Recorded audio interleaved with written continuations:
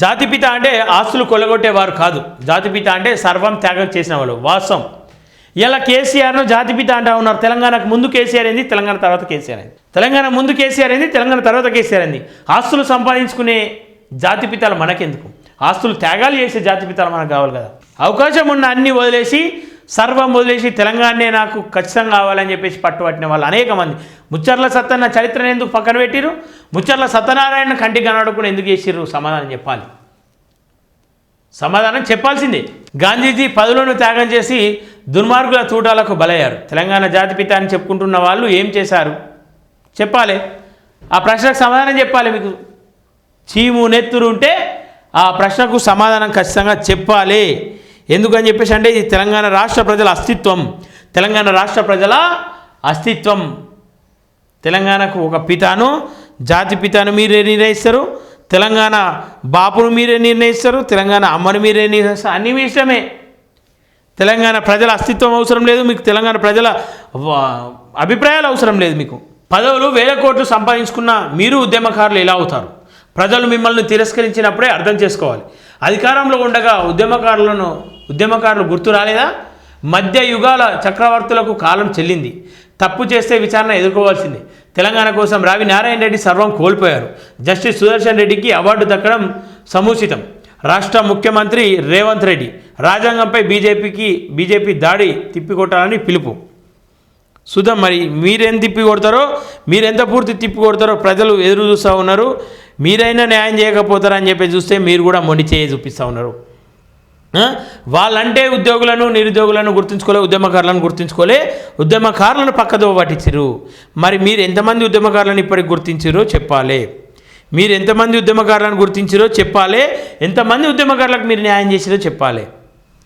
ఇప్పటికీ నేను చెప్తా ఉన్నా కదా, ఉద్యమకారుల ఊసెత్తకుండా రాజకీయం చేస్తూ ఉన్నారు, రాజకీయ కాలయాపన చేస్తూ ఉన్నారు.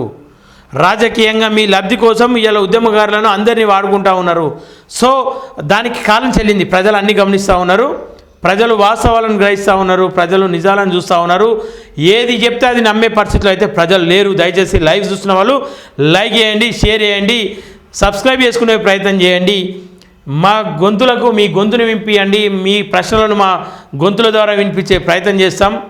మీరు ఏదున్నా మాతో షేర్ చేయండి, ఏదున్నా మాట్లాడే ప్రయత్నం చేద్దాం, కలిసికట్టుగా పనిచేద్దాం. అందరం ఒకటైతేనే మార్పు సాధ్యమవుతుంది. కాబట్టి మార్పు కోసం అందరం ప్రయత్నం చేద్దామని చెప్పేసి మనస్ఫూర్తిగా కోరుకుంటూ దయచేసి లైవ్ను షేర్ చేసే ప్రయత్నం చేయండి. తప్పు చేస్తే ఎంతటి వారైనా విచారణ ఎదుర్కోక తప్పదని ముఖ్యమంత్రి రేవంత్ రెడ్డి హైదరాబాద్ బంజారాహిల్స్లోని రావి నారాయణ రెడ్డి ఆడిటోరియంలో జరిగిన రావి నారాయణ రెడ్డి జాతీయ పురస్కార దినోత్సవ కార్యక్రమానికి ముఖ్య అతిథిగా హాజరయ్యారు. ఈ సందర్భంగా జస్టిస్ సుదర్శన్ రెడ్డి ఈ పురస్కారాన్ని ప్రదానం చేశారు. తెలంగాణ కోసం సర్వం కోల్పోయిన మహనీయుడు రావి నారాయణ రెడ్డి అని సీఎం గుర్తు చేశారంట. నేనేమంటా ఉన్నా, ఇంకా అనేక మందిని గుర్తించాల్సిన అవసరం ఉంది. మీరు ఎందుకు గుర్తించలేకపోతూ ఉన్నారు? ప్రజల్ని ఎందుకు పక్కదో పట్టిస్తూ ఉన్నారు? సమాధానం చెప్పాలి. సమాధానం ఖచ్చితంగా చెప్పాలి. చెప్పకుండా కాలయాపన చేసుకుంటా ప్రజలు మనం ఏం చెప్పినా నమ్ముతుర్రు. చెప్పుకుంటూ పోదాం, ప్రజలకు ఏదైనా నమ్ముతారు కదా అంటే ఖచ్చితంగా దానికి కాలం చెల్లింది. తెలంగాణ కోసం సర్వం కోల్పోయిన మహనీయుడు రావి నారాయణ రెడ్డి అని సీఎం గుర్తించేశారు. ఈ మధ్య తెలంగాణ జాతిపితాన్ని కొందరు వాళ్ళే రాసుకుంటున్నారని, ఉద్యమకారులమని వాళ్ళే చెప్పుకుంటున్నారని ఎదేవా చేశారు. పోలీసులు మిగతా ఆరోపణలో ఉంది. చిన్న నోటీసులు ఇస్తే జాతిపితకు నోటీసులు ఇస్తారని అంటారని తెలంగాణ సమాజాన్ని అవమానం జరిగిందని ప్రచారం చేస్తున్నారని విమర్శించారు. ఇదేం జాతిపిత లక్షణం? ఆనాడు జాతిపిత గాంధీజీ పదవులను త్యాగం చేశారు. దుర్మార్గుల తూటాలకు ప్రాణాలు వదిలారని రేవంత్ రెడ్డి గుర్తు చేశారు. ఇప్పుడు జాతిపిత అని చెప్పుకుంటున్న వాళ్ళు ఏం చేశారని ప్రశ్నించారు. తెలంగాణ ఉద్యమకారులను ఏకం చేసి ఉద్యమాన్ని నడిపించిన ప్రొఫెసర్ కోదండరాం ఉద్యమకారుడు కాదా అని ప్రశ్నించారు. ఆనాడు తలుపులు బద్దలు కొట్టి ఆయనను అరెస్ట్ చేసినప్పుడు ఉద్యమకారులు గుర్తుకు రాలేదని నిలదీశారు. నోటీసులు ఇచ్చి విచారణకు పిలిస్తేనే ఏదో జరిగినట్లు రాద్ధాంతం చేస్తున్నారని ఎద్దేవా చేశారు. రావి నారాయణ రెడ్డి లాంటి వారు తెలంగాణ కోసం సర్వం కోల్పోయారని, పదులు వేల కోట్ల ఆస్తులు సంపాదించుకున్న వాళ్ళు ఉద్యమకారులు ఎలా అవుతారన్నారు. ప్రజలు మిమ్మల్ని తిరస్కరించినప్పుడు అర్థం చేసుకొని హుందాగా తప్పుకుంటే కొంతైనా మీ గౌరవం నిలబడేదన్నారు. ప్రజలే తప్పు చేశారని చెప్పడం ఇదెక్కడి ప్రజాస్వామ్యం, ఇదెక్కడి ఉద్యమకారుల లక్షణం, ఇదెక్కడి జాతిపిత లక్షణం అని ప్రశ్నించారు. విచారణ ఎదుర్కోవాల్సిందే, అక్రమ మార్గం ఎంచుకున్న వారికి ప్రజాస్వామ్యంలో విచారణ ఎదుర్కోవాల్సిందే అని అంబేద్కర్ చెప్పారని షిబు షెరెన్ లాంటి వాళ్ళు ఎదుర్కొన్నారని సీఎం గుర్తు చేశారు.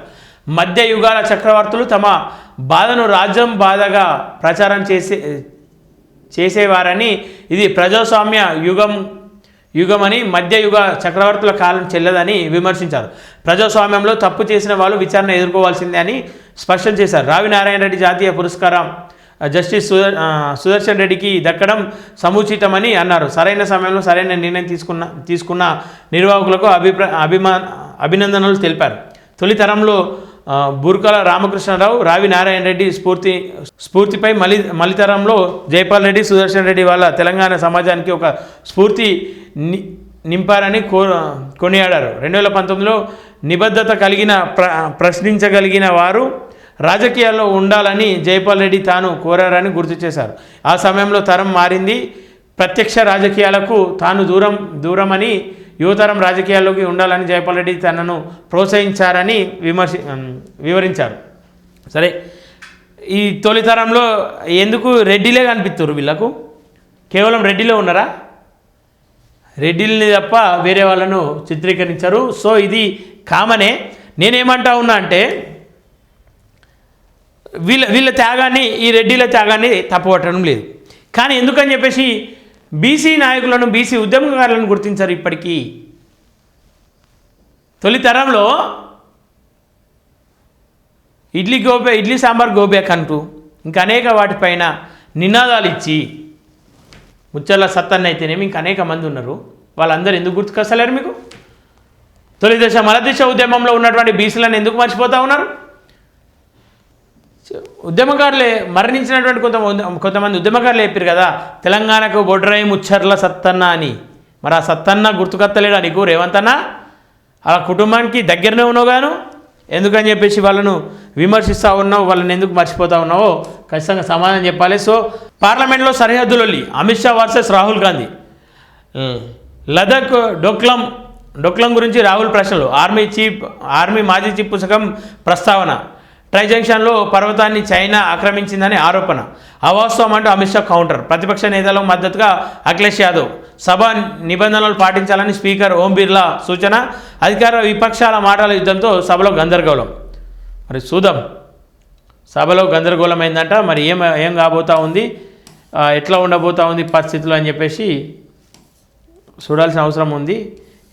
అనేక అక్రమాలు లేవని కాదు, అక్రమార్కుల బరితెగింపులు, కోకపేటలో యథేచ్ఛగా అక్రమ నిర్మాణాలు, ఫిర్యాదు చేసిన వారిపై బెదిరింపులు, భౌతిక దాడులు, చర్యలు తీసుకోవడంలో అధికారుల విఫలం, హైడ్రా వచ్చిన ఆగని అక్రమాలపై యాక్షన్ తీసుకోవాలని స్థానికుల డిమాండ్ అంట. హైడ్రా ఆడికి పోవాలి, ఎప్పుడు పోతుంది? పోదు, ఇప్పట్లో కనిపించదు. నార్త్ కాంట్రాక్టర్లపై మెడికల్ కార్పొరేషన్ల ప్రేమ, ఒకేసారి క్లియరెన్స్కు ఫైనాన్స్ ఆఫీసర్లు సిద్ధం, third party inspection rule break, medical కాలేజీల ప్రిన్సిపాల్ ఫిర్యాదులను బేకతారు, లోకల్ కాంట్రాక్టర్లకు 2 ఏళ్లుగా లేని బిల్లులు, మెడికల్ కార్పొరేషన్ అధికారుల అత్యుత్సాహం అంట. బీజేపీ ఎంపీలకు అల్టిమేటం, మున్సిపల్ ఎన్నికల టార్గెట్ ఇచ్చిన హైకమాండ్, కార్పొరేషన్లు మున్సిపాలిటీల దక్కించుకోవాలని హుకుం, పార్లమెంట్కు రాకున్నా ఓకే, గెలిపించి తీసుకురావాల్సిందేనని టాస్క్, లేదంటే పరిణామాలు తప్పవని వార్నింగ్, మెజార్టీ సీట్లు సాధించేందుకు నేతల తంటారు, రెబల్స్గా పోటీ చేసే 15 ఏళ్ల సస్పెండ్ అంట. చూద్దాం. పురపోరు ఖర్చు అసెంబ్లీ ఇన్ఛార్జీలదే తేల్చి చెప్పిన బీఆర్ఎస్ అధిష్టానం, ఇప్పటికే వారు సూచించిన అభ్యర్థులకే టికెట్లు, ఖర్చు వెనుకాడుతున్న ఎమ్మెల్యేలు, మాజీలు, గీటురాయిగా మారిన మున్సిపల్ ఎన్నికలు, భవిష్యత్తులో ఆ నేతల భవిష్యత్తు కష్టమే, తలలు పట్టుకుంటున్న ఇన్ఛార్జీలు అంట. బిల్లులు కట్టేందుకు కొత్త యాప్, జిహెచ్ఎంసీలో కామన్ బిల్పై యాప్ సిద్ధం, వాటర్ కరెంట్ బిల్లు వివరాలతో పీటీఐఎన్ను లింక్, పైలట్ ప్రాజెక్టు త్వరలో అమలు, ఫలితాలను బట్టి రాష్ట్ర వ్యాప్తంగా అమలు చేసే ఛాన్సు, ఆస్తుల యాజమాన్యుల ఫోన్లు నెంబర్లు సేకరణ, ఈ సేవ అప్డేట్ చేసుకునే వెసులుబాటు త్వరలో అందుబాటులోకి తెచ్చేందుకు సన్నాహాలంట. చూద్దాం. ఏసీబీ వాళ్ళలో రెవెన్యూ ఇన్స్పెక్టర్ లంచం తీసుకుంటగా పట్టుకున్న అధికారులు, ఆ దొంగలకు లంగలకు అసలు జీతాలు సరిపోతలేవో ఏందో అర్థమవుతలేదు. సో ఇది విశేషాలు. ఏదేమైనప్పటికీ తెలంగాణ రాష్ట్రంలో అనేక ఇబ్బందుల మధ్యలో తెలంగాణ రాష్ట్రం సాగుతూ ఉంది కాబట్టి తెలంగాణ రాష్ట్ర ప్రజలు వాస్తవాలను గ్రహించాలి. ఏదేమైనప్పటికీ నిజాలను ప్రజలు తెలుసుకోవాలి, గ్రహించాలి. ఇప్పుడు మున్సిపల్ ఎన్నికలు అయితే సరైన వాళ్లకు ఓటు వేసి మంచి వ్యక్తులను మంచి అభ్యర్థులను గెలిపించుకోవాలి. పార్టీలకు సంబంధం లేకుండా ఇండిపెండెంట్గా నిలబడాల వైపు కొంత ప్రజలు ఉంటే పార్టీలకు కొంత బుద్ధి వస్తుంది, సరైన మార్గంలో నడుస్తుందని చెప్పేసి సందర్భంగా తెలియజేస్తూ ప్రెస్ టీవీ చూసిన వాళ్ళందరూ కూడా దయచేసి షేర్ చేయండి, సబ్స్క్రైబ్ చేయండి, కామెంట్ చేయండి, మీ అభిప్రాయాలను మాకు తెలపండి అని చెప్పేసి మనస్ఫూర్తిగా కోరుకుంటూ చూస్తున్నాండి press TV. Thank you everyone.